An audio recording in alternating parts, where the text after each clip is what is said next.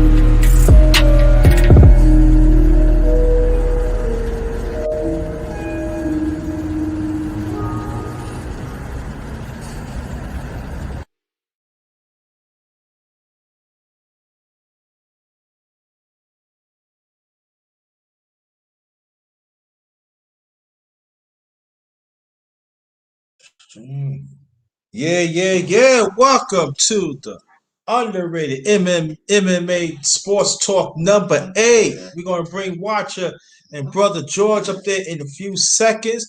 Let me read this one out, please. Okay. Come enjoy a real conversation with the number one grinder. Us as the righteous ones individually. Let's make a change within ourselves and genuine being there for each other. We all we got. Just remember that. We all we got. All right. And also, welcome to my channel, the underrated Dr. Yours truly, the number one grinder. One of the best kept secrets on YouTube. The best of the business. And I back it up. Now we're going to what we're going to do now. We're going to invite Brother Watcher from down under. and my brother, all the race, George. Y'all can unmute your mics, please. Unmute your mics, please. Hold on, let me get this. Let me add you up. Sorry. Let me add you up.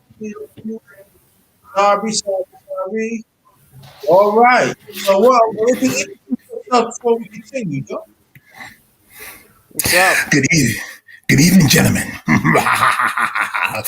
Oh, there you go. That Joker sound. I like that. Yes. Like that. Yes, I've often said my father was a drunk and a fiend. My mother didn't like it. Not one bit.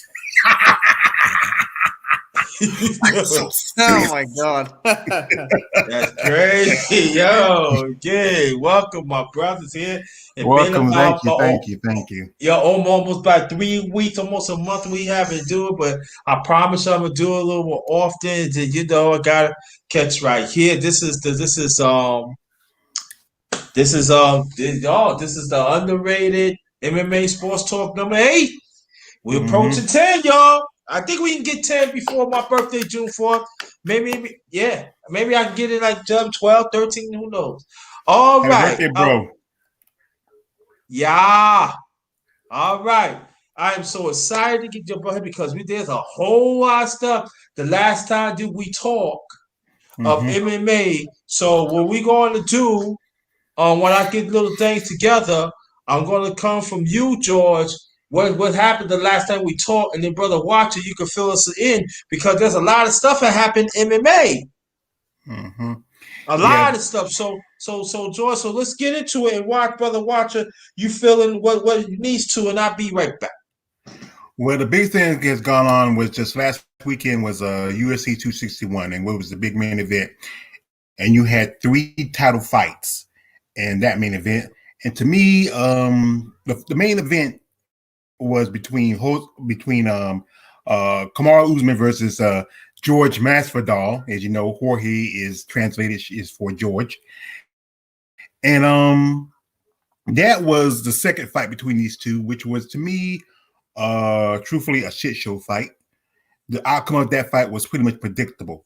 But then you had 2 fights on that, which was 2 women's fights, which was the return of of Wally Zhang, the women's strawweight champion at the time, and Thug Rose Namajunas, who was the former women's strawweight champion, and this was a title fight for them.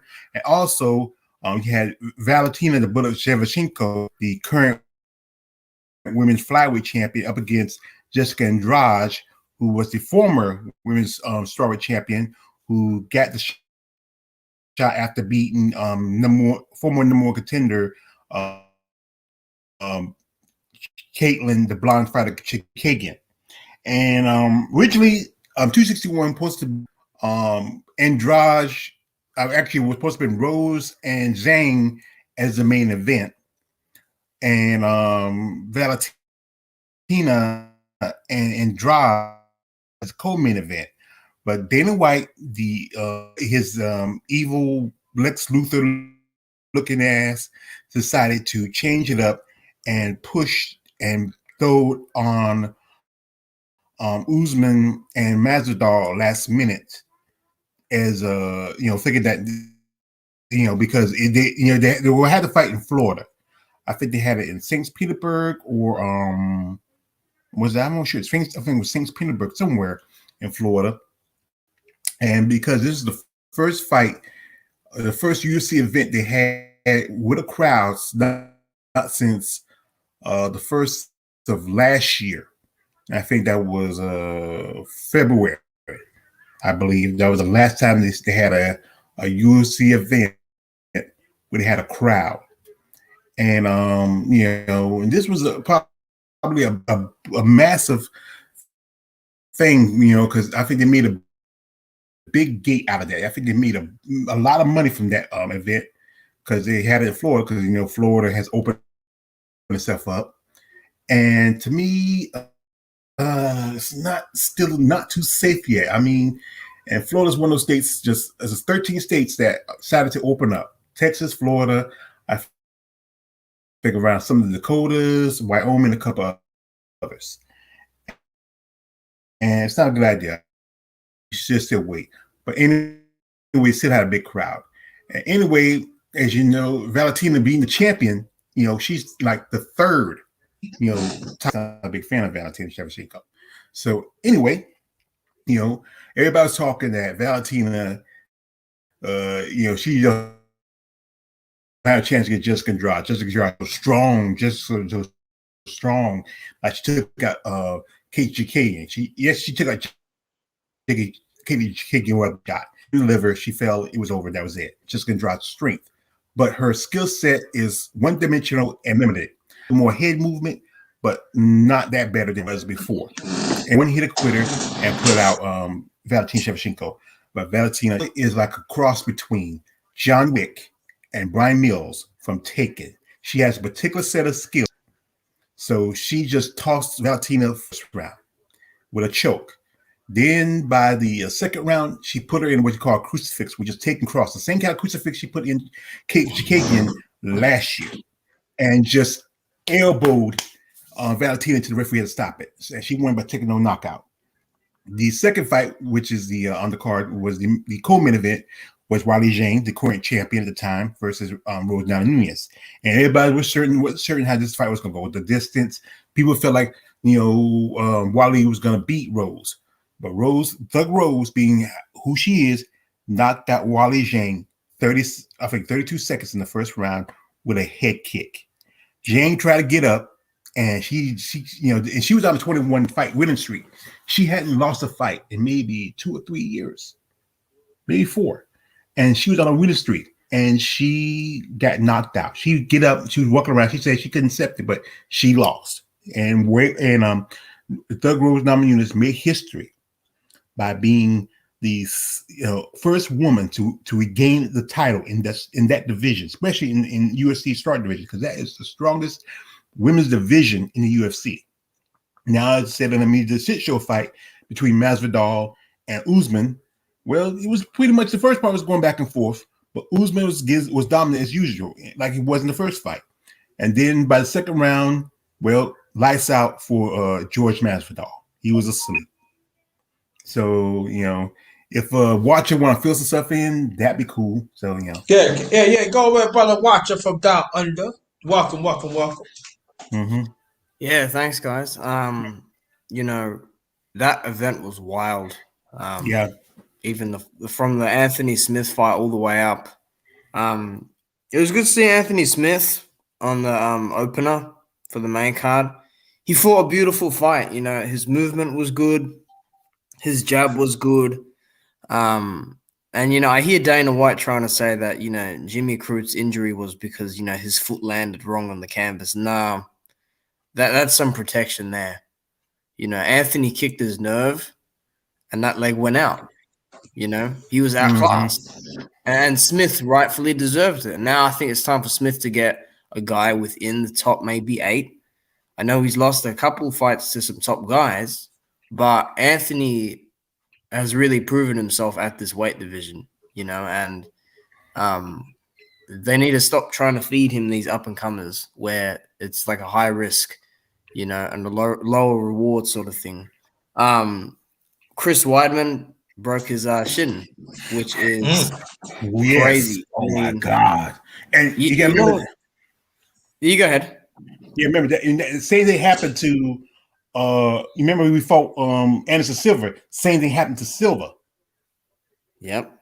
Mm-hmm. Same thing happened there, and I think it was with the same. I don't know if it was with the same leg or not, but it looked exactly the same the way the injury unfolded. And it's funny because Uriah Hall, at the time when he was doing the Ultimate Fighter, that was like the next Anderson Silva. That was the guy that was like, ooh, that's a stylistic matchup. And then Weidman beat Silva twice. And then Silva breaks his leg. And then you got Uriah Hall versus Silva in 2020. Hall beats Silva. And then Hall beats Weidman the same way Silva lost to Weidman in their rematch. And it's crazy. Uriah Hall, he was really disappointed after it, which, I will be too, because it kind of sucks. It had to end that way. And then you got the Shevchenko fight, which you described. I thought that was an easy kill. to be honest. Yeah. I didn't think that Andrade was going to have anything for her. I mean, she's strong. Okay, well, what if strength doesn't work? No. You know, it's all good picking up Rose, who's much lighter and who doesn't really defend well there. But Shevchenko just knows how to get those positions over you. She beat her up on the feet and she took her down so many times. And that finish was brutal. That was the same way she finished the other woman, Caitlin, Yeah, in she can't get. in 2020. That's the same way. And you then had Zhang and Rose. That was a beautiful setup. I don't know why Zhang was upset. Like, she was like badly like hurt. Like, I think if she was to get further hit, she would have had like serious injuries. And her corner failed her as well. They were like pointing, you know, like implying that, oh, why'd you stop the fight? She was out like even before those hammer fists. Like she had nothing in return there, and Rose has done it again, man. You know, that's in my opinion, that's her division there. You know, and you know my favorite, because Usman's my favorite fighter in MMA. So you know, this event I was really nervous for because I thought like, you know, I had Usman to win, you know, and I said people sleep on his boxing. You know, people sleep on his form and his punches down the middle. And Masvidal, he paid the price, man. He really did. He talked all that crap before the fight, saying that, you know, God hasn't given him the ability to hurt a man, and you know, he's the softest puncher I've ever had. You got put out, man. You got put out worse than Colby did. You know, it was great. And you got to remember, Kobe got his jaw broken. You just got knocked out. Yeah, exactly. You know, so that's the level. That's the difference in the level. And Usman spoke of that. He said, look, you know, because it's hard when you go on 6 days' notice, because Usman looked smaller in the first fight than he did in this fight, because when you cut weight a certain way in that small time frame, your body doesn't quite adjust as well. So the strength that he had in the first fight, you could see it, but it wasn't as effective, because the takedown that he got on Masvidal in the second fight, he put him down like he was a freaking ragdoll. Like the knee missed, and he got the body lock, and he just slammed him like he was whipping some whipped cream in the air or something. You know, like I swear, man, like Usman is just that man. He is that guy. And I saw Colby ringside. You know, they panned the camera. They panned the camera towards him after Jorge got slept, after Jorge got baptized. And he's like, oh, you're next, Marty. You know, he's trying to flex. Dude, you will be next if it's made. Because I'm telling you this now. If you thought last time was bad, okay, this time will be worse for you. And you won't get that benefit of having a broken jaw again. This time you will be out. You know, he won't last 5 to 4 rounds this time, you know, and that's a bit of nervous energy. That's a bit of fear that he had ringside. You could see it in his eyes, like, shit, I didn't expect that, you know. So, you know, the act will come to an end soon, you know. Second time's a charm, I guess. Not even the third, you know. So, yeah. Yeah, like this. Yeah, Kobe Covington is the bastard grandson of Jeff Robodine for the Beverly Hillbillies. He's a mark ass trick, and you know like I said, I give the guy credit. He's a pretty good wrestler. He's a pretty tough opponent.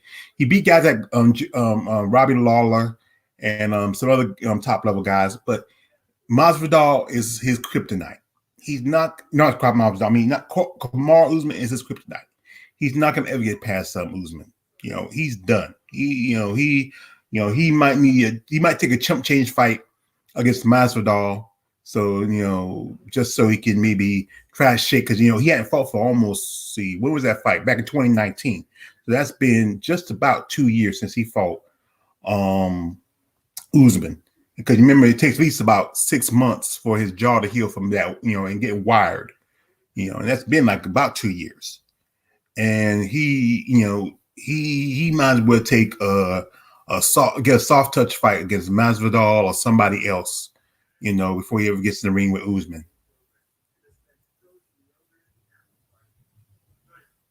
I think that yeah, I agree with that, and I think that the guy's gotta prove himself because Colby against Woodley, he didn't look good at all, in my view. Yeah, he showed strong wrestling, but like he didn't look good. Like he didn't show any improvements.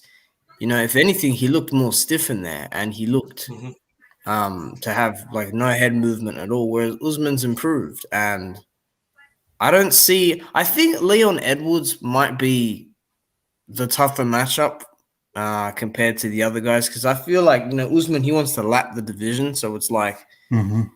for me a Burns rematch would be dangerous, but it would be easier because I feel like Burns he can't take a punch as well now. I think that Usman fight really like got his chin gone. Like that Right. one really sealed it. I think the Thompson fight is a style matchup which is very interesting. Mm-hmm. Um, I always want the Colby rematch because I want to see what Colby does. Because I have a feeling he's going to try wrestle Usman. No, he And, better, he better not. if he does try that, he's in serious trouble because, you No. know, Usman's going to defend it and he's going to he's going to hold him in a position and he's going to punch the crap out of him. And all Colby's going to do is, dude, when Colby gets hurt, he like complains to the ref and he's like fucking pointing here, there, everywhere. You're a fighter, man. You got to fight. Like, man, I don't know who beats Usman. He is so good. And, like, the guys talking shit about him prior to the fight, they get their own hiding, man. They get beat up. Yeah. But there's a one thing is a talk that it's suggesting that maybe Kamara goes up to middleweight and maybe fight Israel Alessandra. Mm-hmm. That's but I don't know. I don't know. It's that African pride. I don't know if Izzy would, if Izzy will fight Kamara, if Kamara comes to fight Izzy, he might be comfortable where he's at. And there's also talk about maybe Khabib coming out of retirement and fighting Kamara. That's a possibility right there. Because Khabib, remember he said after that last fight against Justin Gaethje, he said he was retired because remember his father passed away last year because of COVID, and his mother asked him to retire. But he's very he honors his because his religion and he honors his family other than his mother. But the Dana White and them they really push him to come back because Khabib is a big name, and Conor he said he wants a rematch, but that Conor McGregor rematch ain't gonna be worth anything because right now Conor McGregor gonna have a third fight with Dustin Poirier. And I feel like, if, because you remember I have the Conor in that second fight, he got slept on. I mean, I watched the replay. He was, I mean, and I don't know how this third fight is going to outcome of. I know it's 1-1. Conor has the first one, Dustin has the second one, but fight between Conor and Dustin and Khabib, that's not no interest in it. Then there was always talk about Khabib versus Tony Ferguson, but Tony got dusted by Justin Gaethje. But like I said, it's up to Khabib what he want to do. But I think he said he wants to stay retired. He's not about the money for him. He enjoyed fighting, but it's not about the money for him. Okay, let me ask you this question. Do you think y'all think we're going to see some main events be happening in the near future? After 261, I feel like things going to be a little slow. Last night they had an event. They had a Vegas 25. He had a Dominic Reyes, who was the last guy who fought. No, he wasn't the last guy that fought John Jones. He got knocked out by this guy from the Czech Republic. The big thing is really trying to sign Francis Ngannou versus John Jones. That's the big thing. Mm-hmm. And I don't know what Dana White is thinking. Go ahead and sign him, but he's going to try to do some. Knowing Dana White, he's going to try to do some BS and try to undersign him. Try to get somebody like Derek Lewis who got beat by Ngannou, and maybe offer Derek Lewis maybe 3 or 5 million to fight Ngannou. While John Jones asked him maybe probably about 10 to 15 million. But it would be worth it, wouldn't it? When you think, watcher, you agree with me? Well, I think that it's both sides. I think Dana is just like Derek Lewis doesn't like Derek actually beat Ngannou. Oh, I thought he. I didn't know. Yeah, but it was a really boring. Like I thought Ngannou beat him anyway. Like I thought he controlled the cage more. I thought he pressed more. I thought he landed more. I thought he was just controlling the fight more. It was ultra boring. Well, to others, I didn't find it too boring because I really look at it from a technical point. But Derek has fought. He lost to Dos Santos, right? Who Ngannou got rid of in 1 round, man, 1 round, right? Then he beat Blagoy Ivanov, in which he really lost to. He got tossed that whole fight. He then beat a guy that moved up from light heavyweight, and then he beat Curtis Blades. I mean, he landed the uppercut. Credit to him. Ngannou beat him twice beforehand. So I don't know why he is a guy that is up there. Like, find someone else that, like a Volkov maybe or something, But again, people have ran from Ngannou. In terms of Jones asking for 30 million, I mean, I heard 30 million, I heard 50 million. Never have I heard John speak of this amount of money for any other fight, like any other fight. And I think he's asking for it because he knows that this is the most dangerous fight he can take. And when he says shit like, please, and look, Dana has a big part to play in this as well because, he needs to kind of be, give some leverage here and there. But when he says, please cut me, it's like, really? Is this fight got you that shook? Like, really? Really? You know what I mean? Like, so I don't think it will happen. I really don't. And I don't think Jones wins that. I keep saying people saying that Jones will take him down, but Stipe couldn't do it, and like Stipe's he can wrestle as well. So, I mean, I think we had the main event last night, and then we had I think Israel's fighting in June, yeah? Yeah, he supposed to fight this guy. I forgot the guy's name. What's his name? Vittori. Vittori? Yeah, because was it a number of months ago that Robert Whitaker for Kevin Gastelum, and they were talking about why didn't you have us, go ahead and have a rematch between Whitaker and Izzy, but they get this guy Vittori the shot, and I really never heard of this guy. He just kind of come out of what's his record? Watch you really follow a lot more of the guys. I follow some of the guys, but some of these guys I don't really pay a lot of attention to because they can't sneak up. I know Marvin fought Israel a few years ago actually. And Israel beat him.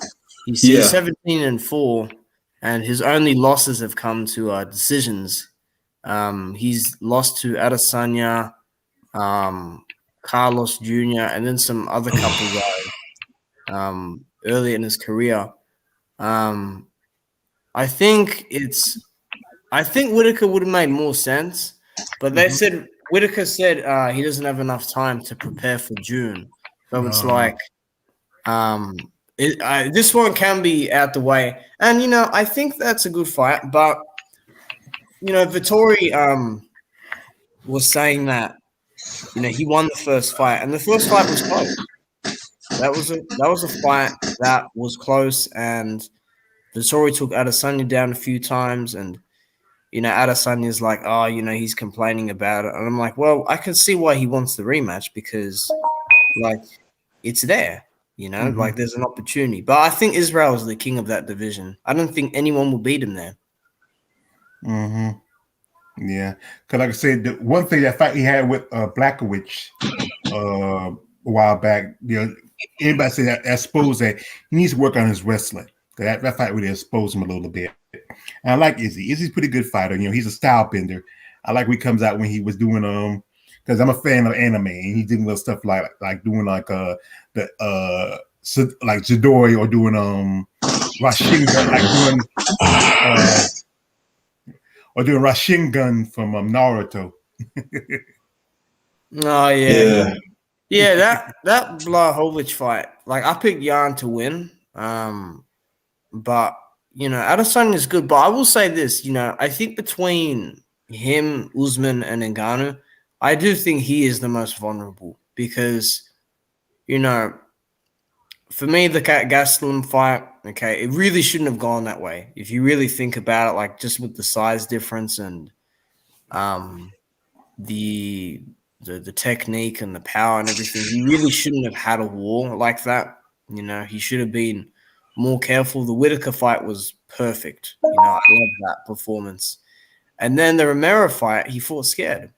Like this dude was running around the ring. And I know people want to blame Romero. I could go on about that fight for a long time.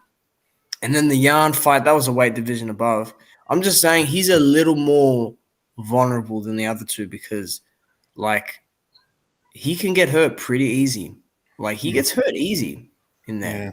So I think that I don't think anyone beats him at middleweight. I don't really think there's anyone at that weight division that just gives him problems. I don't think the Whitaker fight is even as competitive as the first one. I mean, I got to look at the rankings. Let me look at the rankings right now. Like I said, with with I think Whitaker should be probably second. He should be second. He should be second number one contender if he's the former champion. Right. And then Gaston should be at least third. And then you got whoever's after them, because Romero he moved over to Bellator. He posted that fault, I think, last weekend, but he dropped out his fight with Anthony Rumble Johnson because it wasn't they say it was a virus. It was some kind of they saw something in his blood work. I believe they said, and because of that, he had to drop out of that fight with Anthony Rumble Johnson at Bellator. And Bellator is not, if anybody know Bellator is, it's more like the graveyard for a lot of former fighters. Rumble's over there. I think you still have Rampage. You cut Frank Mir a while back, and now if you hadn't heard, the UFC cut Tyron Woodley, and Diego Sanchez. So look for them coming to Bellator soon. Got you. I do want to ask a question because I did ask about John Jones. Do you think that that Dana White going to come up with the money that he asked for? He has the money. We'll go both of your brothers. He has the money. He don't have to come up, but he has it. UFC is a Zuffa itself is a multi-billion-dollar in company. They just got this new contract with Venom. Then also the money they've made from the sales from both the door sales from the 261.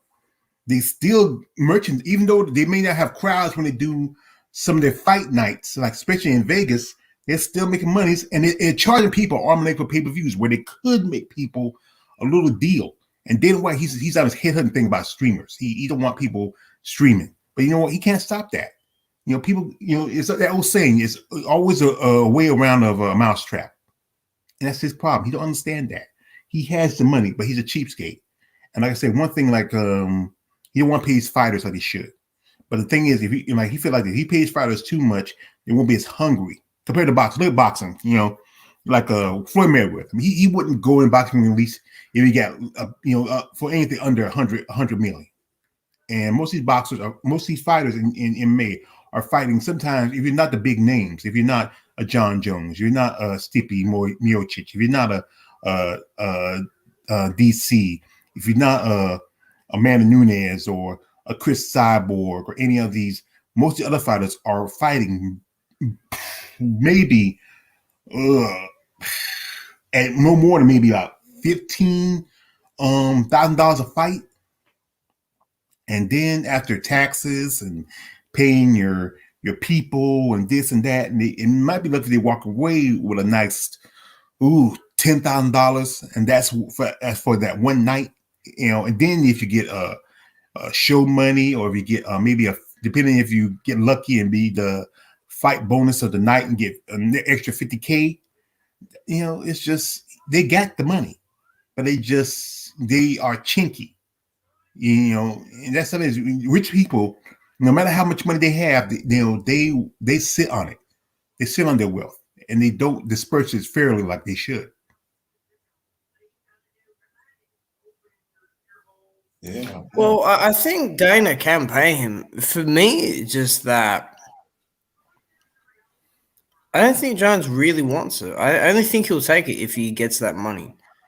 And I don't blame him for wanting more. I think he just split with his management company, right? So he's probably going to go to Ali Abdelaziz, who's Usman's manager. And I think if there's anyone out there that can get him the money, it will be him. It will be Ali Abdelaziz. But I just think that remember, when Stipe was champion, he wasn't asking for this much. Now, all of a sudden, he's asking for this much when it comes to Ngannou. So that kind of just tells me mentally where he's at with this. This is bad. I don't even know why he wants this fight. I think this is a terrible fight for him. But, hey, we'll see what happens, I guess. It reminds me like this. Like, if you go back to the day when people used to fight Mike Tyson, if I fight Mike Tyson, I want to get paid, get 50 million, enough to pay my doctor bills, and then have something to spend afterwards. All right, brother. What? Obviously, let me read this. Sister Nice to say, do you think the UFC heading women fights help or hurts the sport? That's question number 2. Question number 1. This 2. This the only sport I see make male females athletes the main event. Y'all can answer that, then we can go on. So no. Well, let me go ahead and watch your answer because I've been, I want to hear his side. Go ahead. The question in the chat: do you think the UFC headlining women fights helps? No, I think it's good. There's been several main events, not pay-per-views, but there's been a couple, but a lot of non-pay-per-view main events as well with women. I think it's good. I think it helps the sport. My only thing is that do put fights on that aren't because a lot of the ladies, they tend to fight like they're just not hitting each other. They're like out in the open and they're so far away from each other. It's like, people get bored of that, and a lot of guys do it as well in the UFC, but I think that's a good thing, like Chris Cyborg, Amanda Nunes, Rousey, they kind of set that tone. So, it helps the sport. I don't think it hurts it, That's good. It only hurts it if it's boring. Right. Let me put this in before you continue. Nisa and Sister Nisa, Sister Deborah, we do talk about women MMA, so please come. We do talk about women's MMA. George, are you a trainer for women's bodybuilding? Who, me? George? Yeah. No. I'm a fan of women's bodybuilding. I've been a Okay, fan. that's a fan bodybuilder. Okay, so sometimes he gonna talk about that a little bit on MMA. So we do talk about women's MMA. Me, Nisa, and George. So Deborah and Nisa, wherever we on, tell women to come because we do talk about women. Now, let me ask you this question. Now, the top women of MMA. Do you think that we're going to continue to see great fights, or you think it's going to be a decline temporarily? Well, I select this one division that's been strong for the last couple of years has been the strawweight division, and they put out some good fights. I mean, you got fighters like Weili Zhang, Rose Namajunas, Joanna Jędrzejczyk, who I'm not a big fan of, but she's a good fighter. You got newcomers like Amanda Hebus. You got just last night Lumi Nabuki, who she'll be fighting is Adam, who's been doing pretty good. She's been fighting girls way bigger than her, and she's been doing pretty good. She's beat one girl, Sam Hughes, who's now she's kind of like the new Hannah Cyphers of the division. And you have women over at the up-and-comers over there in the fly division, such as Marina Maverick, Manon Ferriot. You have Taya Santos. And then if you look over at Bellator, you have Denise Killhouse, who I follow, Miss Dynamite. You also have you still have Chris Cyborg. Amanda Nunes, I'm not a fan of, but she's still probably one of the best women in MMA. Women are developing. It's just that, like I said, it's taking time. Guys been doing it a little longer. The guys have been doing a little longer, but the women are catching up. You got to give them time. And I think the one thing is you got to give credit to somebody like Ronda Rousey, Chris Cyborg, Misha Tate. She decided to come back. I wish she didn't. She should stay retired. Stay home and make babies. And be careful now. I know, but I'm. They're gonna say, you want women being in the kitchen. You want to make baby. You a sexist. That's not what he talking. That's not what he talking about. No, let me clean something right now before we get. That's not what he talking about. He talking about woman that was that she settled down. You not get and she was having a family. That's what he talking about. Okay, you go ahead. I just got to clear it up. Yeah, because she's been out for almost 5 years. She's supposed to be fighting one of the fighters I love. I'm a big fan of. That's Marion, the Bleeds and Bruiser Renault. And Marion, this is her last fight. And Marion's 43 years old, and this woman is amazing. If you see her, when she gets on the scales, and you look at her, and you say, "My God, she puts women half her age to shame." This woman's 43 years old. She has a son. He's in college right now. I follow her on Twitter, and we. Sometimes we talk a little bit, make comments back and forth to us on Twitter. And women, I remember this is something that Ann Wolf, one of the greatest female boxers of all time, ever said that women compared to men, when men fight, they fight more like they're making love. You ever see they're holding all that, especially in boxing. But women, when they fight like they go all out. They fight with their hearts out. And some fights I've seen with women, yes, they can be boring fights. But I've seen some women fights that they go all out because they had to prove themselves. Because a lot of guys, they are very prejudiced against women in MMA. They see it as they don't. It's for a long time. It has always been all boys club. But then you got to give people like Chris Cyborg, Tara LaRosa, Cara Dam, Rosie Saxton. The list of Ronda Rousey, Gina Carano, those women who broke the barriers and opened doors for so many these young ones coming up now. You got to give them respect from them. And these guys, I would say I'm a casual. Yes, I know I'm a casual, but there's also those other other casuals who don't have an open mind. And you don't have an open mind, you can never really understand it. You have to understand. You got to give these women a chance. And they would prove themselves. And I've said the last few years, I grew up, I was a boxing fan. I grew up with the Ali's, the Mike Tysons, Sugar Ray Leonard's, those guys. I grew up with them. I was a big MMA fan. But the last few years, I've been becoming MMA fans, really, because it's more of a, it's more of that gladiator kind of mentality to it. They come to war, they come to battle, there's more blood and guts to it compared to boxing. And last year, boxing has fallen off. I don't even keep up with, other than maybe you might, I follow the coach over here, Coach Shay Harris. We're talking about Spence and Crawford, or maybe you heard Pacquiao supposed to be fighting somebody. Pacquiao should retire and become the president of the Philippines. But the women really are stepping up. That's why I do. Like on my station, on my channel, I do a lot of stuff for women's MMA, women's bodybuilding, women's boxing, also women's wrestling. Because there's channels already. There's like 111,000 channels. Men channels are dedicated mostly to the men, but the women really need attention because they are really stepping up, trying to prove themselves. But let me say this though too. Women, the women gotta support MMA too. You know what I mean? They gotta support the women because I found that mostly men they really support women's MMA for a long time. So it's got to be women. Well, you got to be more women. Got to really support it because I talk to women. They said they like MMA, but they rather see men fight. I'm being honest.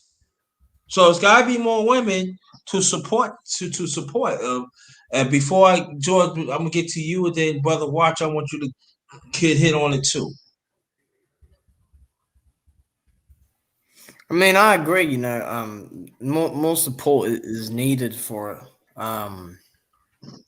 You know, and I feel that same energy should be given. But you know, they're developing their skill sets. So sometimes for certain, you know, fighters, it's going to take a little longer to just get, you know, those performances under pat.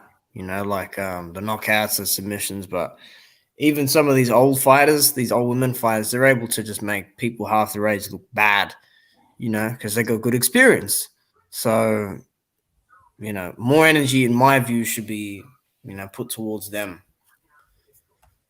Okay, got you. Yeah. Yeah, go. You go add on, George. Yeah, that's a good point because you remember the last fight was about not last year, a couple years ago when Macy Barber fought Roxanne Modafferi. Roxanne Modafferi has been, you know, she's been in the game for a long time. Macy was a great, big up and coming fighter, you know, the future. And Roxanne, the happy warrior, Roxanne dusted that girl. She broke her knee. You know, she had to sit her out for almost the rest of the year, bloodied her up, and it was just, you know, some people were so sure that, you know, Barbara was going to beat Modafferi, but Modafferi, you know, she's been some wars. She fought the likes of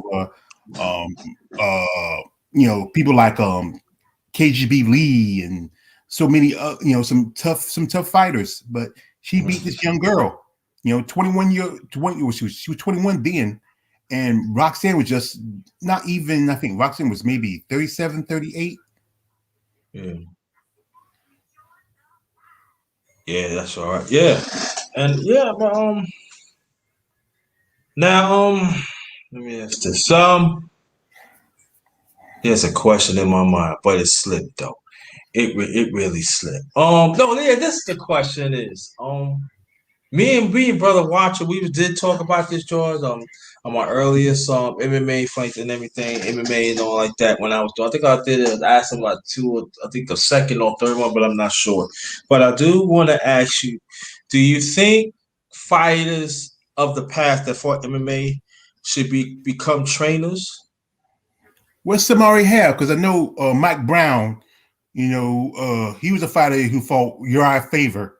And he beat Uriah Faber, I think, a couple of times back in Rec. And he trains Joanna Jacek. There's been a couple of fighters that have been trainers. I think that's one I know of. Also, there's a suggestion that, as you know, the judging is awful. As you know, a while back I did an interview with a fighter by the name of Lupi Gordietes, and I like her. I like Lupi. She's a great fighter. She's from Mexico. She lives in Canada. She just got picked up for the UFC about a few months ago, and she fought Jessica Panay, who's been, as you know about Jessica Panay, she's one of the, you know, she was one of the starters of the strawweight division. She fought Joanna. She's a two-time steroid cheat, and she made her debut almost about a month ago. Returned after almost being out for. She came back one time, but then she popped. Then she was out for almost 4 years. Lupi beat this woman straight out. She body slammed her like she did the last ride on her, like 2 times like that. She like Undertaker put the last ride, and they gave the fight to Panay, which she deserved. Lupi won that fight. She was robbed, and we suggest that also some former fighters will make better judges than what they, you know, because the judging criteria for these UFC fighting judges is not that, it's the bar is kind of low. They get, you know, sometimes they get judges for boxing, and judges for boxing is not the same compared to judging UFC, you know, in May fights. And yeah, I think, you know, they should get former fighters, former trainers, former referees to be judges for MMA fights, instead of just getting just any Tom, Dick, and Harry who might walk two couple fights and sit and watch a video, eating ham sandwiches or talking on cell phone. Right. There's been some fights, you know, and you can with me watch it. There's been some fights that was like totally robberies. How a fighter, you know, fought out, put a great great fight, then loses by like a split decision, where no way it was a split decision, or unanimous decision where no way that fighter won unanimously, because the fact is he didn't put up a good fight. But yeah, that's one thing I think besides being trainers, I think some fighters also think about being judges. All right. Before well, you already answered that question, brother Watcher. Let me put this. I do have a cash app. It's capital JT $ capital JT 53000. Also have PayPal. It's paypal.me/ all in caps JT Black 53. Please, if you can, please donate to the cause. And also, if you don't have that, you could donate to Super Chat. Also, if you don't have none of that, please share and like this like this, so the aneurysm could really hit and everything. That'd be greatly appreciated. Share this out. And this is the underrated MMA sports talk number 8. We got Brother Watcher from Down Under, and then we also got All Rage George, the Emperor of Lady Bodybuilding. See, you thought I didn't remember, right? Ha ha! Thank you. Thank you. Now, don't go put some in the caption. Let me start messing with you. Yeah. What's up? But check them out. Thank you. But check them out. And also we got Brother Watcher. He got his own he got his own YouTube channel. I want you to go check him out. And also, let me put this out before we continue. Us as brothers, we do talk about boxing. Me, myself, the Underrated Darkness. We got Black Star Sports TV 2.0. That's the new channel. Please subscribe to him, because his first channel got messed up. So please subscribe to him. Also, we got Basement Boxing Talk. I want you to go subscribe to the brothers. You ain't gonna hear nothing but the real. It's up just like you're gonna hear nothing but the real. The underrated MMA sports talk. You're gonna hear nothing but the real. And the people that I'm gonna bring on, they're gonna give you the real. Okay, Brother Watcher. Anything that you want to add on, please, before I ask a question? No, I think you guys really covered it well there. Okay. Now this is the thing that what I'm in right now, that we're going to, I want to concentrate. This is very serious to me. As a matter of fact, me and George touch on it too. I believe the last MMA talk, that how do we push more brothers and sisters into MMA? Because I've seen like African brothers. I'm not saying nothing wrong with that, because that is good. That is also good for us. But how did we go promote more fighters that come into the MMA, brothers, men and women? Well, one thing you could do is, if more kind of gyms open, I think gyms that teach like BJJ, Muay Thai, different forms of mixed martial arts open in more of the urban areas, lower class areas, like if you like places like Boys and Girls of America, something like that, Boys and Girls Club America, if they teach BJJ classes, MMA classes there, maybe you get a new generation of young, because right now you got a good number of black men in MMA, not just Africans, but a good number of black men. But there's only really a handful of black women outside of Brazilian black women. Like there's like maybe, but it might be good, like notables like I mentioned Mario Renault, Angela Hill, Sajara Eubanks, Latoya Jackson, Brianna Van Buren. There's like maybe just so many sisters in the sport of MMA. The numbers are starting to grow by bit by bit. But if you go to the black neighborhoods, the urban neighborhoods, open up a gym, offers opportunities for you're not gonna have not a lot of kids gonna keep up with it. Some are gonna quit after a while because especially young girls, or they can get distracted, or they might want to do something else, or and also money is also a big thing. But if you offer it as a in the school, sometimes if some of the schools might even say, what, we offer as a lesson to students, or something like that. If you're working like that, maybe you can get a new generation of young black kids, young urban kids who might want to get into MMA.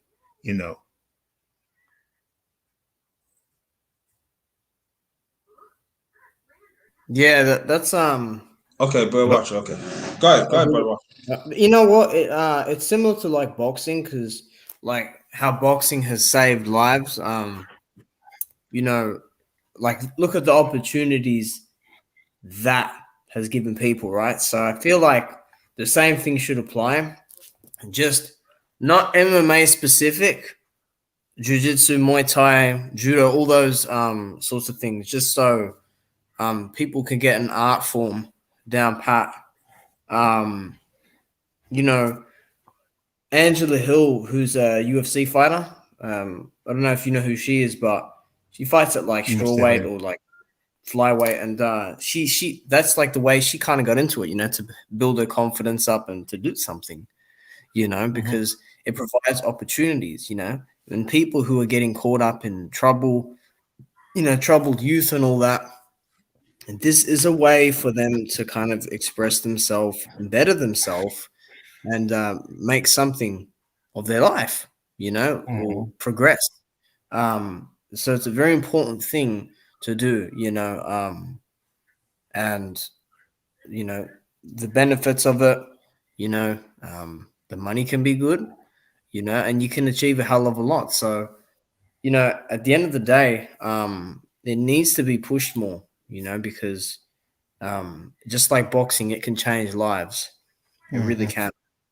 Yeah, because there's a former boxer by the name of Frida Cheetah Gibbs, and I did an interview with her some time ago, and she got into it because she was getting bullied.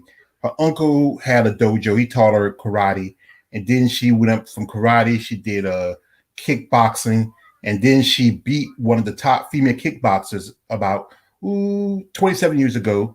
Then she went from kickboxing to boxing, and she acted, and that got her into it helped her get into her another life. She jumped from this girl getting bullied because she was small and skinny. She learned a little something from her uncle, and then she became one of the most dangerous women in the history of combat sports. You see, it can happen. Yeah. I asked that question because that conversation never really happened like that. So and stuff like that. George, what is your YouTube channel? Is it say the same thing like that?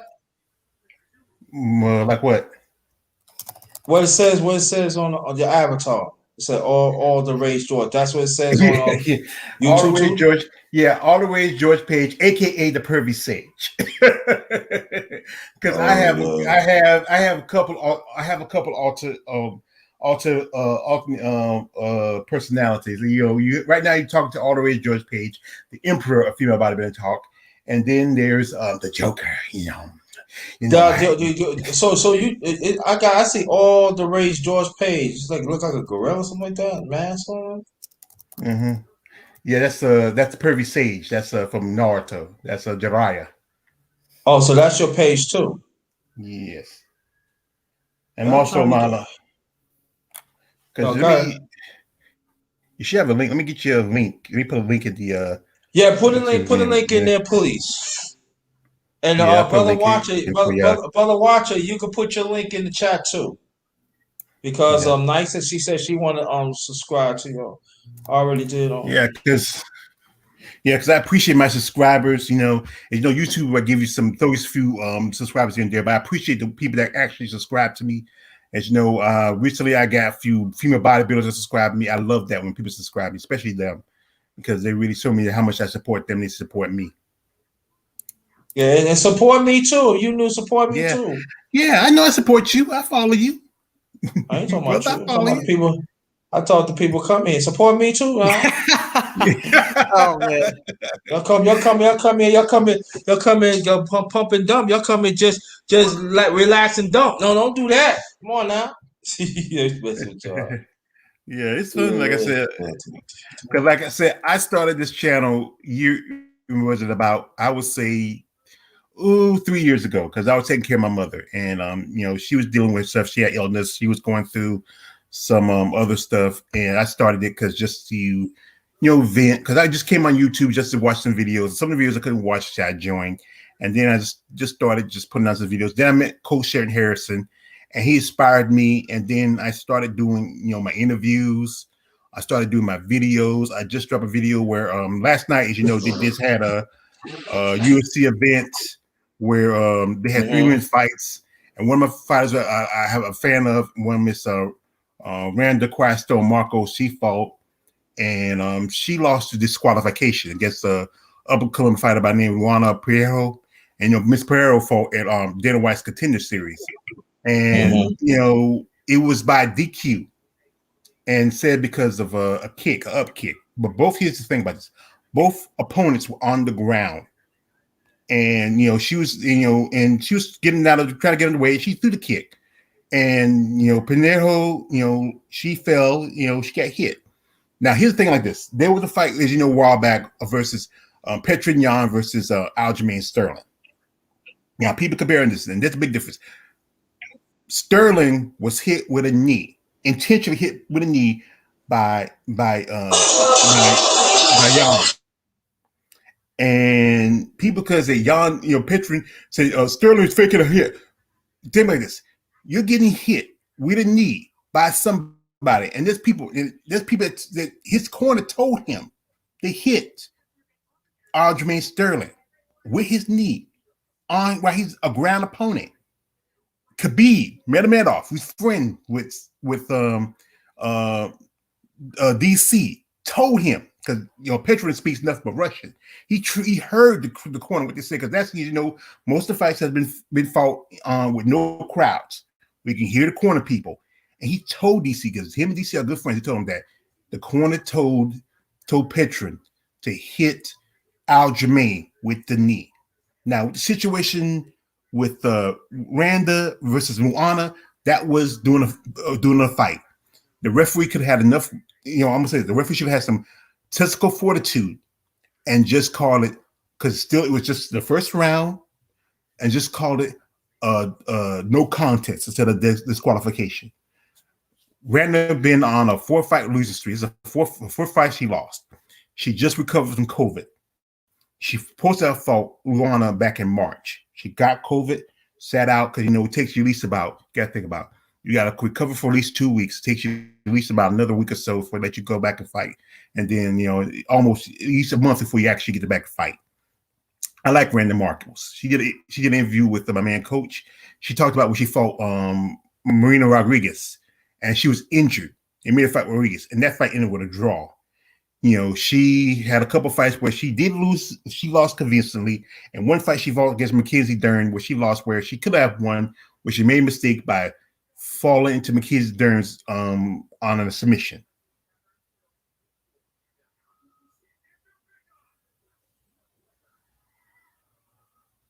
Hello?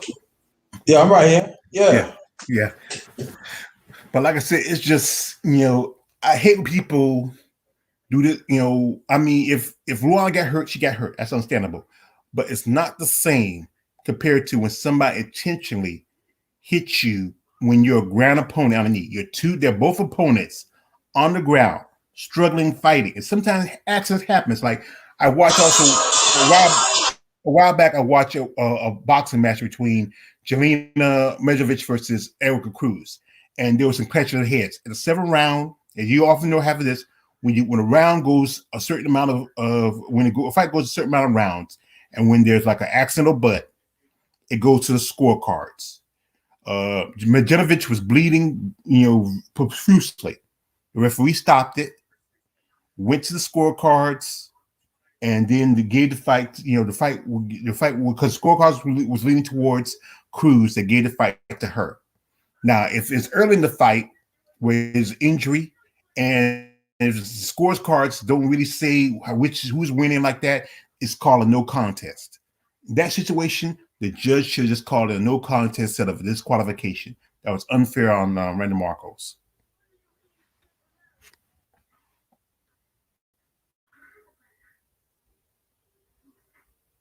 Y'all can talk now. I'm stopped. I forgot to say this, brother, before I get to you, watch your brother Clarence McLean. He's on Facebook. I'm getting ready to post his thing right now. You can also support him. He's on Facebook. He has Clarence McLean Productions on Facebook. Also, he had No Duck Zone. So I'm gonna post this stuff right now. Okay, brother, watch it. You can pick up on that. Man, that was a lot. Yeah, I kind of walked away because I just had some stuff to do. But yeah, I heard about Coach Shelton Harris. He did the interviews with the fighters, and see, that's another way in which you promote the sport. When content creators put it out there, and then once the casual fans get a hold on the sport, they don't let go.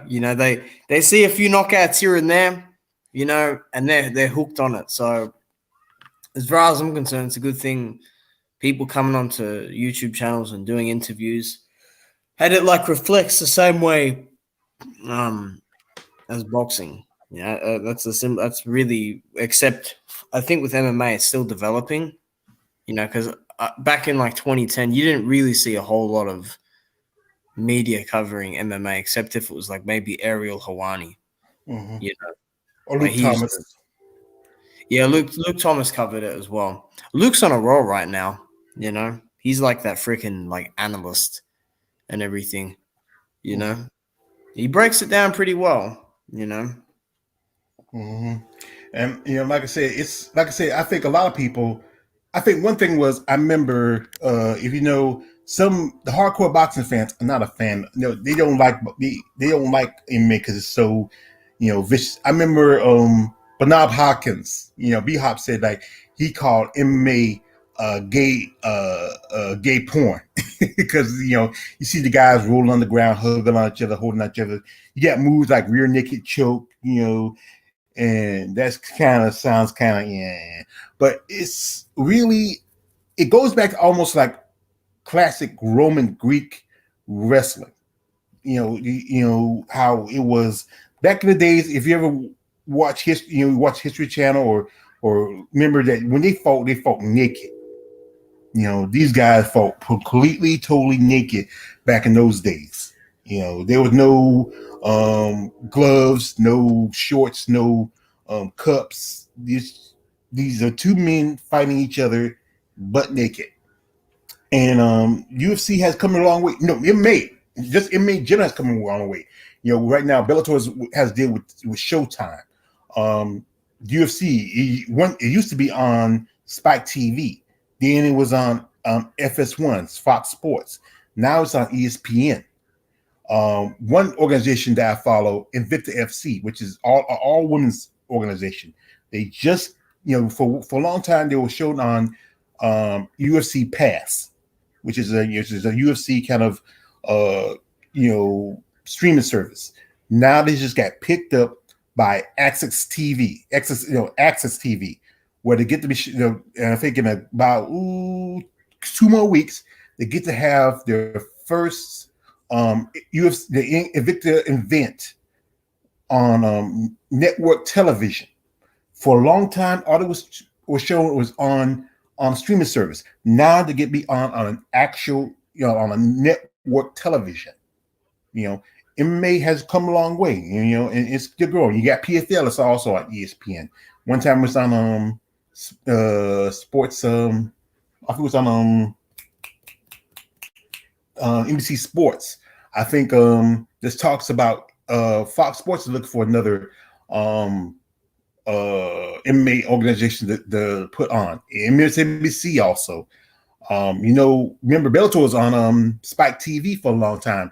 before they ended their contract with them, and then went to CBS Sports for a while.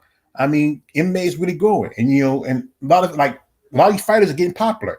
Nagano, he did a movie. I remember I saw who was it? Michael Bisping. He was in the what was that movie? The one with Vin Diesel. It was the X movie.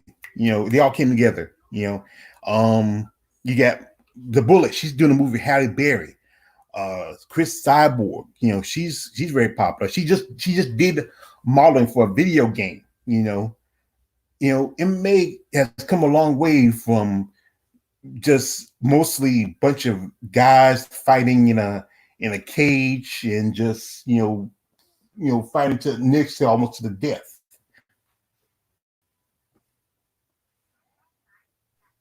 Yeah, that's what's up. Yeah, come a long way. Yeah. Brother Watcher and bro Rage, we gonna I think that hopefully my birthday. I told you about this, but I'm gonna repeat this again. We gonna do. I was gonna wait to do. I'm gonna wait to do 10 because I was gonna do what to do. We gonna discuss we gonna do dream matches. But I Yeah. think I'm gonna wait. I think what I'm gonna do. I'm gonna wait till we get to 10 because what I'm going to do is going to be like back to back on Sundays. Like I want when we get to 10, I want your brothers and anybody else. I want you. We're going to talk about what's the best. What's the best show that y'all got from 1 to 10, and then the following week we're going to do dream matches. I think I'm gonna want to do. I think I'm gonna wait till like probably get to 10, so we get more people to come and stuff like that. And please participate. Listen, if you're an MMA lover, I mean, I ain't gonna say lover. That sounds gayish and everything. Let me see. That sound mad gay, and I ain't no gay motherfucker. Like I said, you're an MMA fan. You're a casual. You're a person who enjoys hardcore fan. Yes, you're a person who enjoys good combat sports. Come on by, drop how you feel. Who's your favorite fighter? Who's the person you think should get a shot at the title? Just is there anyone you want to call out? Pick a fight. Pick a fight. That's one thing we talk about. Engage and please engage. Yes. If you want, if you're gonna be respectful on here, I don't mind to bring you on here. This is what I'm saying. If you want me, if you want us to talk about more stuff, I mean, we got it covered. Like they say, if there's a fight that you want to, if you want to have a dream fight, if you want to talk about Dana White, because Dana White always has something going anyway, because he's done anyway. So I know, but think about it. I really like talking about him. I like talking about that fat donut prick. I really do. I get a kick out of it. It makes me feel good. He looks like a circumcised prick. Yeah, I thought you were supposed to be nice, bro. You ain't helping, G. Let me start. Like there's those saying. Sometimes I speak my mind because sometimes my tongue hurts. Oh, boxing, QQ. No, we're not talking about boxing. We talking about MMA. I do talk about boxing too. Need to stay tuned for that. That's the Underrated Sports Talk number 23 coming out. That will be coming out soon. But brother Senko, what's good? Salute. He said salute. Salute to me and brothers and sisters. Thank you for showing. Man, you be showing up late, bro. You younger than me, man. MMA is MMA. That's martial arts. That's what it is. Okay, MMA. One thing I want to put out is coming up in June, Kalisha Shields going to make her debut in MMA against a fighter by the name of Brittany Elkin. And here's the thing about Kalisha Shields. I like Kalisha Shields as a boxer. She needs more time to develop as an MMA fighter. One mistake she's doing, she's training under Winkle John Gym and Winkle Jack in Jackson Wink Gym. She don't need to be there. Jackson Wink's the same gym where John Jones, where he works out at, Holly Holmes, Michelle Watterson, and a couple other fighters. Okay. She don't need to be there. What she needs to do is one like this. She needs to go ahead and fight Savannah Marshall, had a rematch with Hannah Gabriels, and between that time, train MMA. Don't settle with this gym. Do like one of my favorite fighters, like I said, is Valentina Shevchenko. What I like about Valentina, she goes here and there, she travels. She's what you call a Ronin. She has her trainer Pavel Pedotov. Pavel has a plan. Pavel is one of the best trainers. She needs to go find a gym that can work with her. Like I said, she's young, 25 years old. I think she's 26 now. She's young. She's still something you can work with. But right now, she'll need this fight. She has to win. She has to win this fight. And after she wins this fight, she don't need to fight any.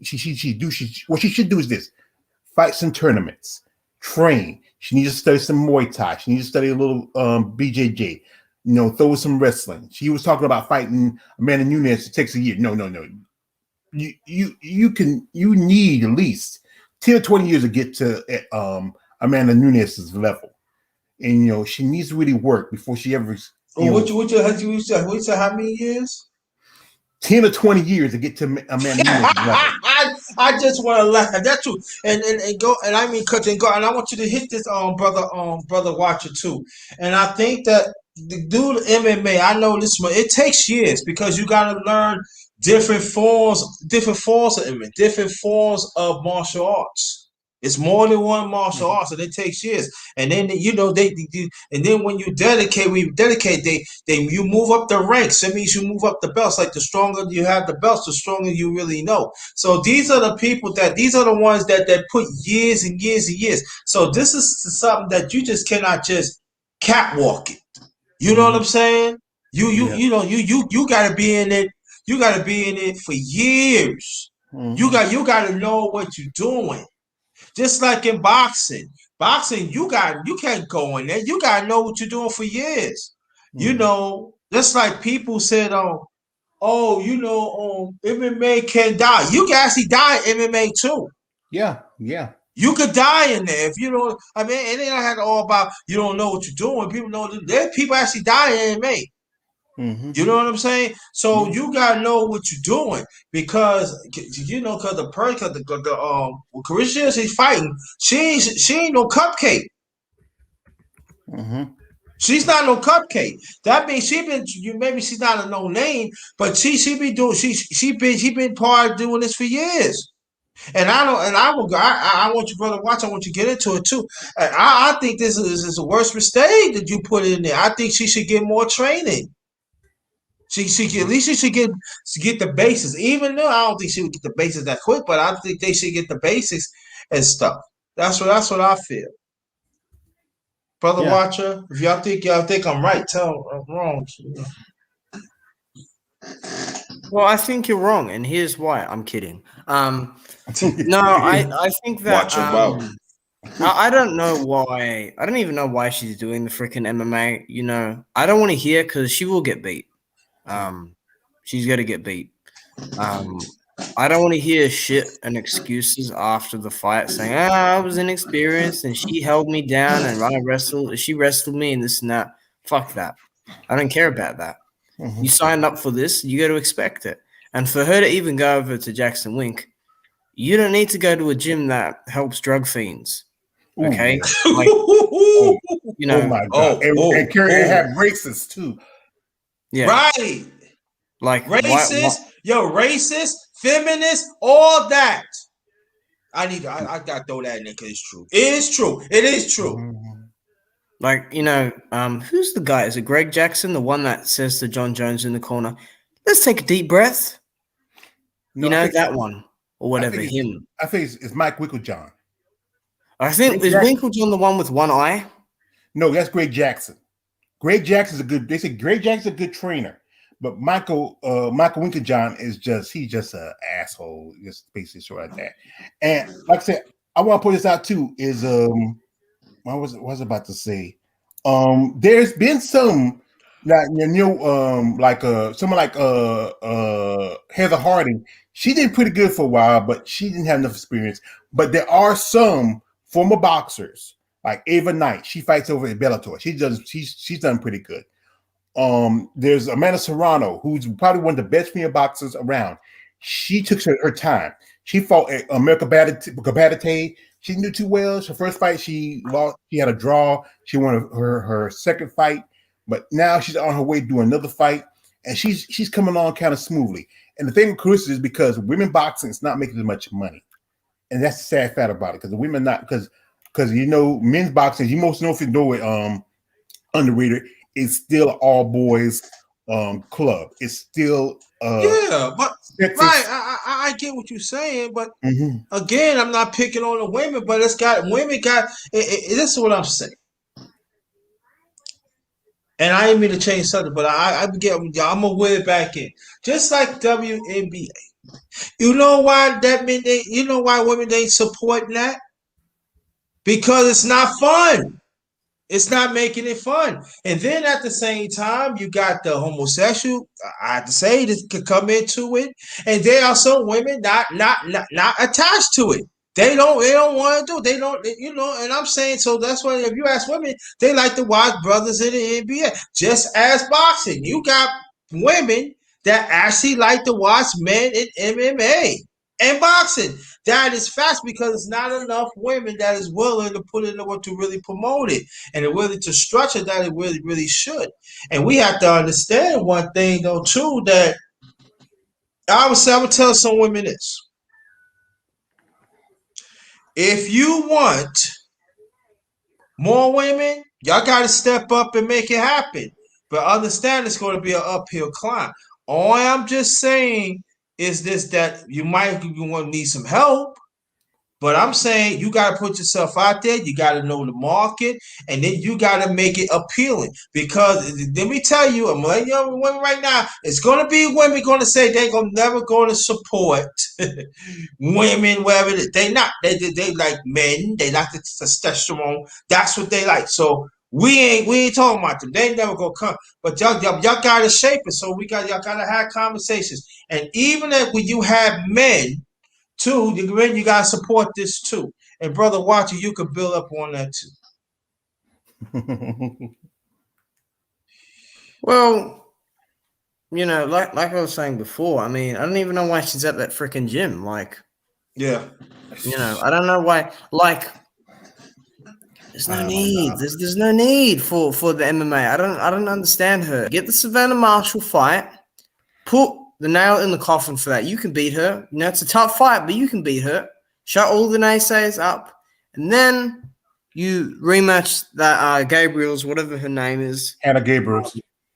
You don't need to do MMA. This shit takes too long. And look when James Toney did it, and he was fucking oh my God complaining after. I don't want to see that shit. Because we know, guys, Clarissa's gonna lose, and I know for a fact she's gonna make excuses. I know for a fucking fact.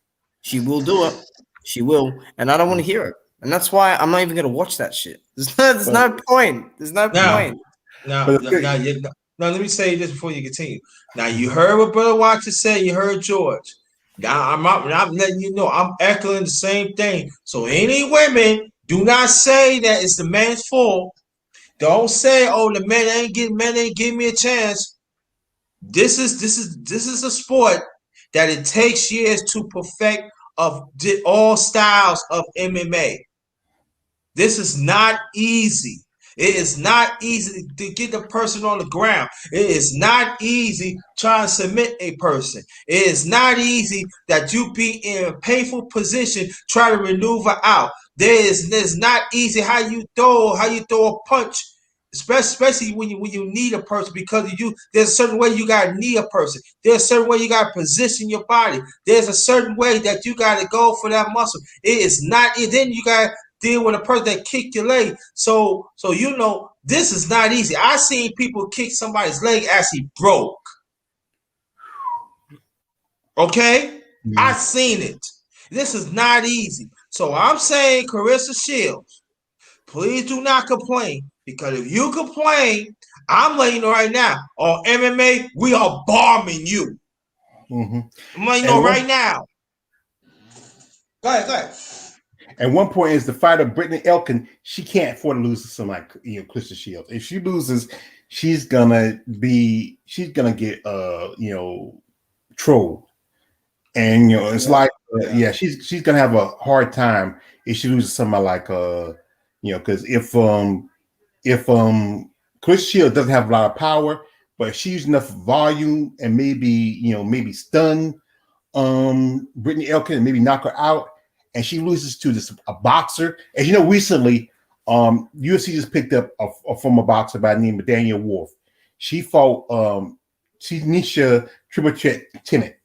And instead of the judges going with the better fighter, they went with the white girl who looked pretty and they offer a contract. Instead of going with Nisha Tennant, who was to me winning that fight. I've seen the fight. She was winning the fight. She stunned Daniel Wolf. Daniel Wolf has no MMA background. She was a boxer. It was her first MMA fight. She has when you get into MMA, you also have to have an amateur background. You fight a few amateur fights, then you go up to the pro level.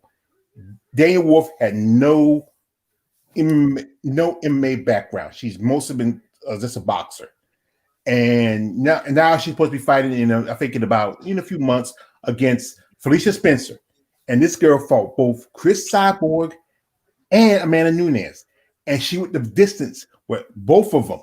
The distance with Cyborg and Nunes. That girl has a chin made of vibranium and antimonium.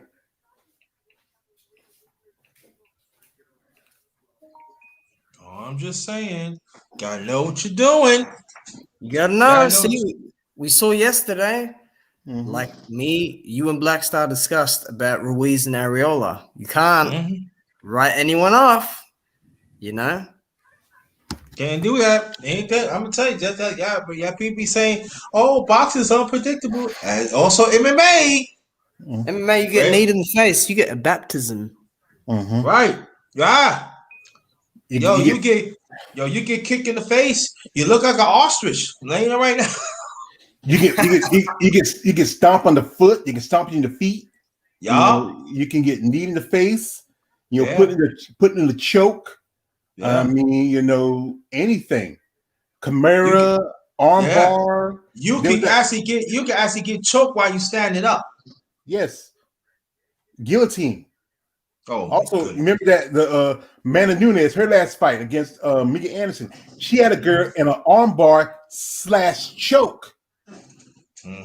She had her in 2 submissions.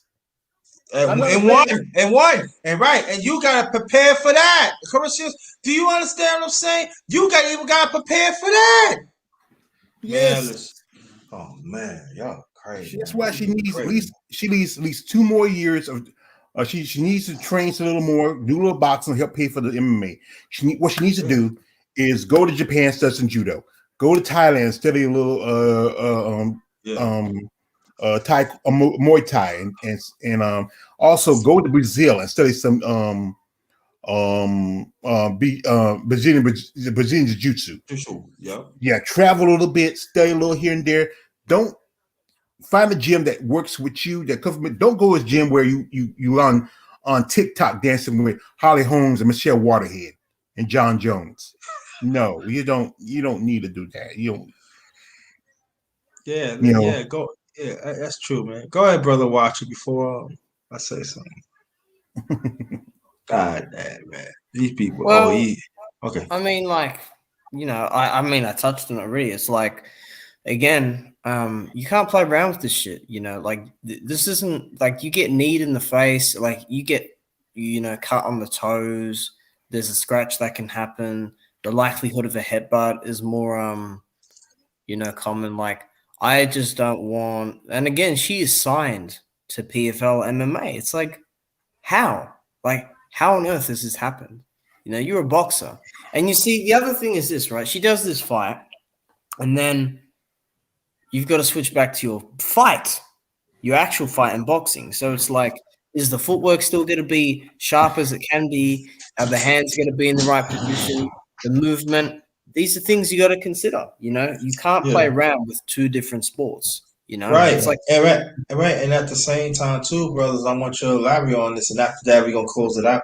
And then how about they got all wrestle up, and then the referee break them up. All right, yeah, you can say fight. That fighter could look at how she positioned her leg, she can kick her leg and submit her right then and there. Y'all gotta this is no joke. She can go, man. I'm telling you, can get kicked in the thigh. You hear what I'm saying? Picture you get kicked in the thigh for a lot of times. You can't move. There's no mobility. You gotta rely on one leg. And that's dangerous. So that means you gotta think it's like, oh man, I gotta do whatever I can to get this person down and keep him back. So that means you gotta go on offense and then you gotta get kicked in the thigh. Pissy get kick a thigh in the leg on one side. I just, man, you're crazy. Man. It's the aftermath. It's just that if she wins, I'll give her full credit. But if she loses and she whinges about it and complains about it, it's like, no, you. This is what you signed up for. This is now the real fucking deal in terms of MMA. It's all good making TikTok videos. I say the same shit about the Sean Porters of the world who don't train and who are mucking around and this and that. You take this seriously because I'm going to tell you, round one of that fight, that woman, the other fighter, she's going to press forward. She's going to pin Clarissa up against the cage. She's going to go for the legs and she's going to fucking slam her on her back. And then she'll probably take her back and do like how Randy did James Toney. That might happen. Or even in the striking, she might clip Clarissa because damage in MMA is different to damage in boxing. You're getting hit with a bit more raw. You're getting hit with the bones of the elbow, the shin bone, the knee bone. Exactly. You're fighting. You're fighting multiple appendages, not just fighting just the hands. You're fighting elbows. You're fighting knees. You're fighting forearms. You're fighting shoulders. You're fighting every part of the human body. And at the same time too, picture she got Carissa Shields, right? And she on top of her. She can choke her out. Underneath her leg and hold and choke her out. After Carissa Shields, do you know what it's like get choked out by a leg and you can't go nowhere? All the oxygen suck out on you. You blacked out and everything. Again, and that's a serious thing. And I know for a fact, Clarissa, like, how much submission defense does she know? Because that's what the other fighter will look for. You got so many things to worry about. Again, you're not just fighting hands there. You're fighting for your neck, your arm, your legs, a leg lock, an arm lock, a Kimura, an anaconda, a triangle, a rear naked, all that stuff. So you have to watch out for everything. Do you know how to defend it? Because I think the only defense she does know is maybe the rear naked and just a fucking scramble. And if you scramble like that, you give your backup. But either way, I don't think she knows how to defend a submission. So therefore, no, go ahead. I didn't even cut you off. No, I said she'll lose. And then also she had takedown defense. Like one thing you need is you have to widen your legs. You can't keep your legs too close because if your legs are too close, they're gonna take and close them and swap you and boom, you're on your back. And then and the girl can just like drop hammers on you. You don't want and that's some problem. Some people don't know what. That's one thing they don't know what to do. They'll just try to defend themselves and then turn around, slap it with a choke. Right, you gotta learn how to block. How about they go for the knee? You gotta learn how to maneuver your body so your knee will not get hurt and everything. Because they go for the knee, as you already know. You might go. Picture if your both knees sore. It's done. It's a matter of time that.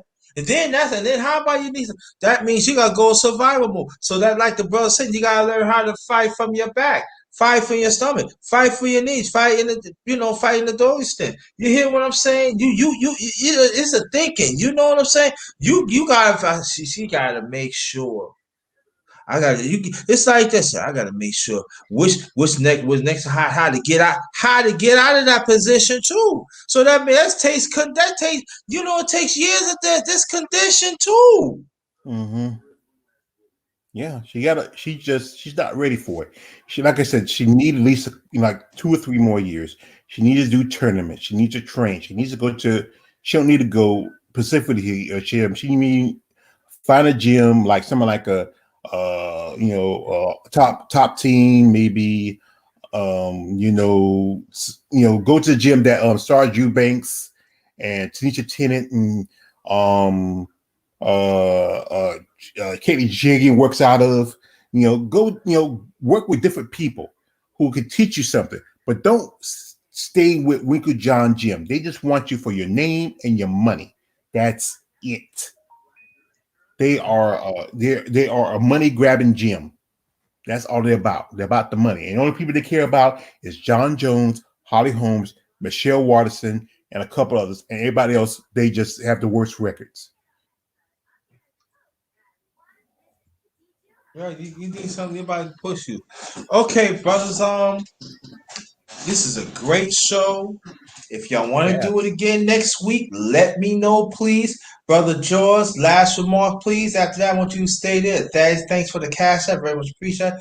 Brother Watcher, last. Also, after you do your last request, I want you to stay, and then I close it out. Like I said, I enjoyed this. I like to come on here. I like everybody to say thank you to our brother, the number one grinder. Okay, you getting close now. Going to cost you another some more money on the cash. No, I'm broke. I'm like, yeah, I like. How about like Whippy? How about I pay you next Tuesday? I like that. I like that. I like that. That's an old fella's a character from Popeye. Wimpy he used to get a burger, so he pay you next Tuesday. But right. Like I said, this is really fun. And I really like to talk about MMA because really I'm starting to become, I'm a casual. I'm gonna tell you the truth, I'm a casual. I'm honestly casual. I learned some things. There's some things I'm a fan of the sport because it's boxing right now, as I said again, has fallen off for me. I don't really follow as much. I might watch every now and then, depending on who's fighting. MMA is just so many different facets to it.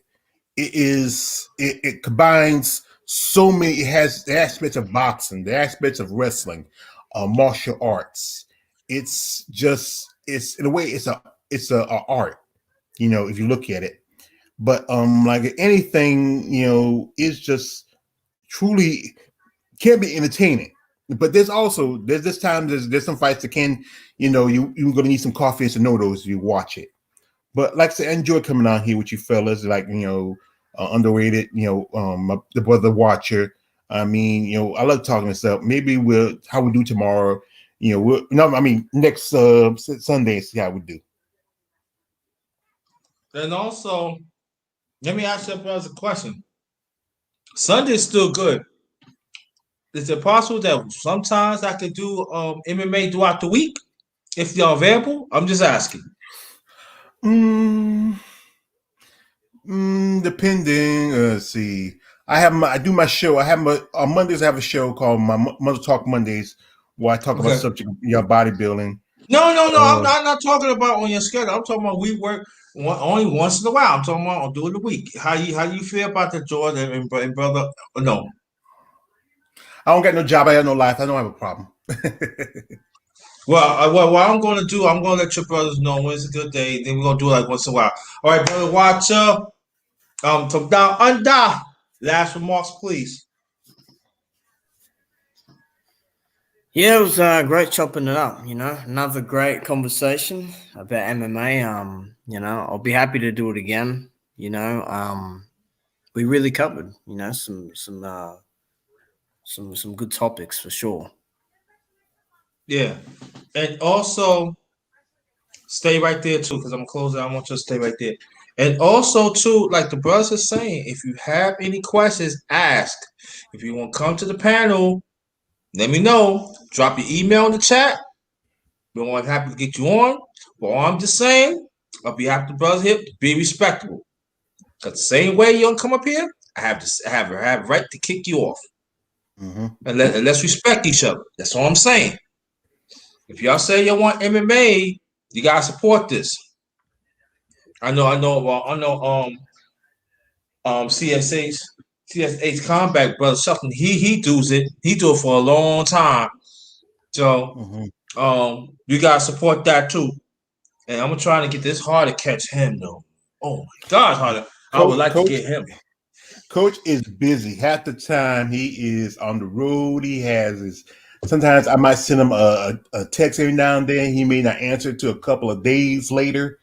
He's truthfully he is busy. He does interviews every so often. He just interviewed I think last week. It's hard to get the coach sometimes. But I told him about you, and he said when he get an opportunity he might come on. I think he's gonna, if you want to tonight, he's gonna have a show. He usually has his balanced but bias every so often. It'll probably come on maybe another 30, 40 minutes, maybe 10 o'clock, 9 o'clock, depending. So if you want to come on, join us over there. Do that. Yeah. So his channel is CSH Combat Sports. That's Brother Sheldon. He been doing this for a long. He talk about boxing, but he talks about MMA. And the good thing about it, he really talks about women MMA. And he actually interviewed Cyborg like a few years ago. I remember because I was on the panel with George. I actually talked to her. I remember that. She's a great lady. I love Cyborg. Yes, she is. Oh, I love Cyborg. This true story.